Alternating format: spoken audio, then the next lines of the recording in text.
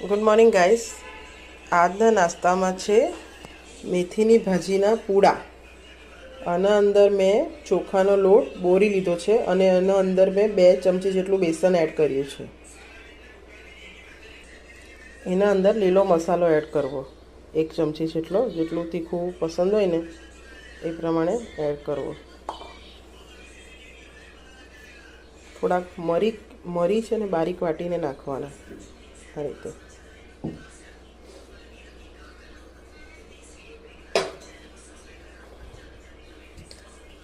મીઠું એડ કરવાનું.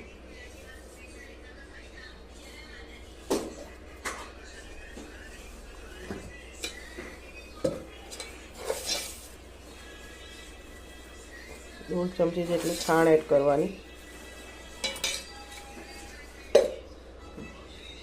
અને મેથીની ભાજી એડ કરી દેવાની. પછી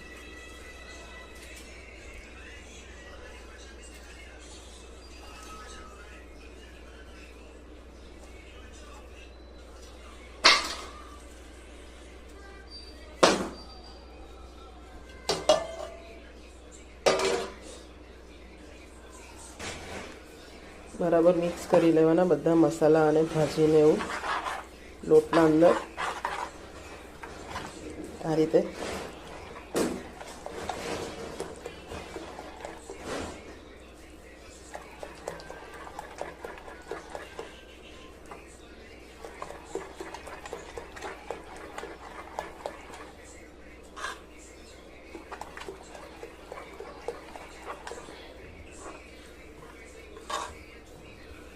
મિક્સ કરીને 15 થી 20 મિનિટ માટે રેસ્ટ માટે મૂકી દેવું. એને 15 થી 20 મિનિટ થઈ ગયેલી છે. ફ્રાઈંગ પેન મેં ગરમ કરવા માટે મૂકી દીધેલો છે. હવે એના અંદર થોડું તેલ નાખીને પછી પૂડા પાથરવા. આ રીતે તેલ નાખીને થોડું ફ્રાઈંગ પેનમાં પાથરી દેવું.